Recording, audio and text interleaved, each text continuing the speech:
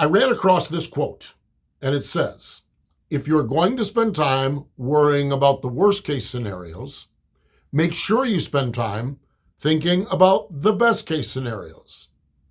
So I got out my trusty Google machine and I Googled what percentage of things that we worry about actually happen.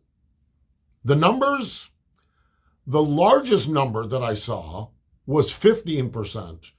Most of the numbers I saw, everything else as a matter of fact, was 10% or less. 10% or less of the things we worry about actually happen. That means that 90% of the things that we worry about never happen.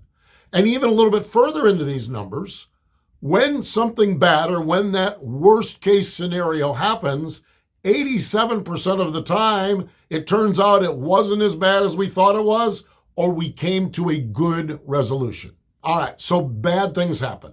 I understand that. But we need to train our minds to give equal time, if not more time, to thinking about the best case scenarios. And when we think about best case scenarios, just think about what that does to our mind. First and foremost, we're dreaming. We're thinking about the best case scenarios. And that is a much more pleasant experience. And then the other factor here is where our minds go, our actions go.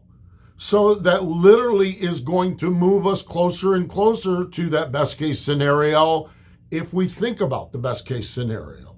Yes, bad things happen and bad things are going to happen, but simply better living is putting the time and energy and training our minds to, when something bad comes across our mind, think about, okay, well, what's good about this? And what is the good scenario? What is the good sequence that can come out of this?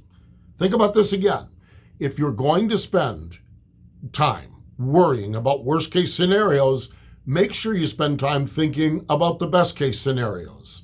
Simply better living, thinking, training our minds to think about the best case scenarios.